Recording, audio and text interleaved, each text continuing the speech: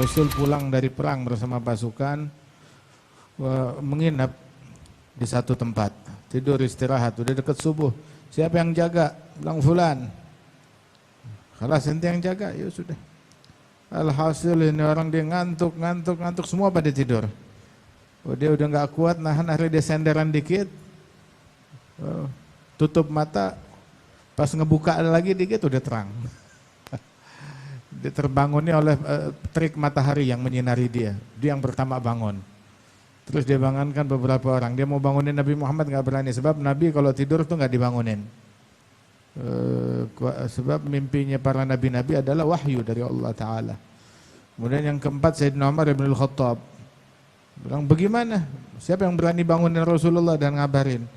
Nggak ada yang berani. Akhirnya Sayyidina Umar, beliau mengangkat suaranya dengan takbir, Allahu Akbar, Allahu Akbar, Allahu Akbar, sampai Rasulullah terbangun.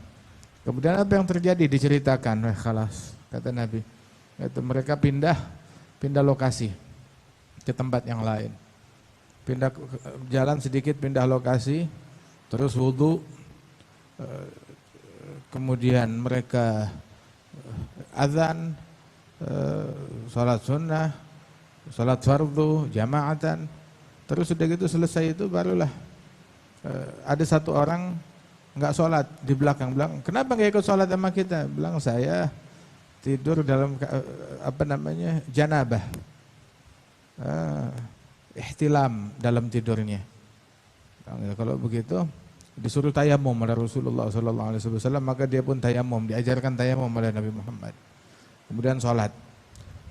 Akhirnya Sayyidina Ali sama satu orang lagi diperintahkan coba cari air.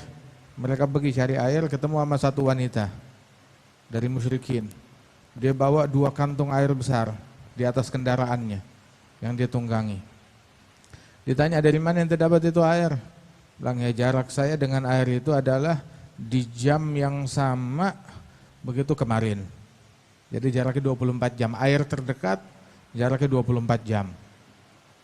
Kalau begitu kamu ikut sama kita. Kamu seair-airnya kamu ikut sama kita menghadap Rasulullah. Siapa? Nabi Muhammad. Orang yang murtad dari jalannya nenek moyang, disebut As-Sabi. Bilang, ya itu dia. Khalas, ikut.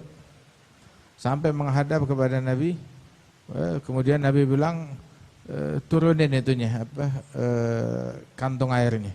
Dibawa ke hadapan Rasulullah. Saat dipegang oleh Nabi Muhammad, suruh tuang, itu wanita melotot. Suruh tuang ke panci. Itu air. Ngucur keluar, cuma nggak habis-habis. Semua pada ngambil dari air tersebut. Sampai semua wadah tempat air penuh, kemudian diikat lagi, dibalikin. Itu yang tadi ngasih ke Nabi, bilang, sungguh waktu saya terima balik, kayaknya lebih berat, lebih penuh daripada waktu saya kasihin. Kemudian Rasulullah bilang, ijma'ulah, kumpulin apa yang bisa kita berikan kepada dia. Ada yang ngasih kurma, ada yang ngasih tepung, ada yang ngasih apalah yang bisa dikasih. Sampai jadi satu bungkusan diikat, nih buat kamu upah. Dan sungguh kita nggak mengambil dari air kamu setetes pun juga. Tapi Allah yang ngasih kita minuman itu. Allah yang ngasih kita air tersebut. Subhanallah. Akhirnya dia pulang, dia kembali ke kampungnya. Kampungnya musyrikin semua. Terus dia ceritain kejadiannya, dia bilang, saya nggak pernah melihat yang lebih hebat sihirnya antara langit dan bumi melebihi orang ini. Gitu. Atau dia jangan-jangan memang Rasul beneran. Itu setelah itu para sahabat Rasulullah kalau melakukan penyerangan atau jihad fisabilillah, sengaja tuh nggak masuk ke kampungnya itu perempuan, itu nenek.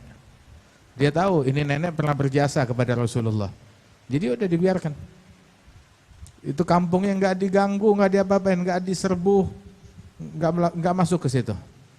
Sampai itu nenek bilang kepada kaum, wahai kaumku, ini kalian ini ya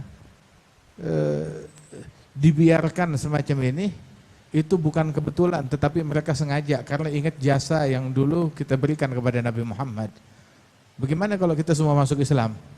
Akhirnya sekampung masuk Islam di tangannya nenek tersebut.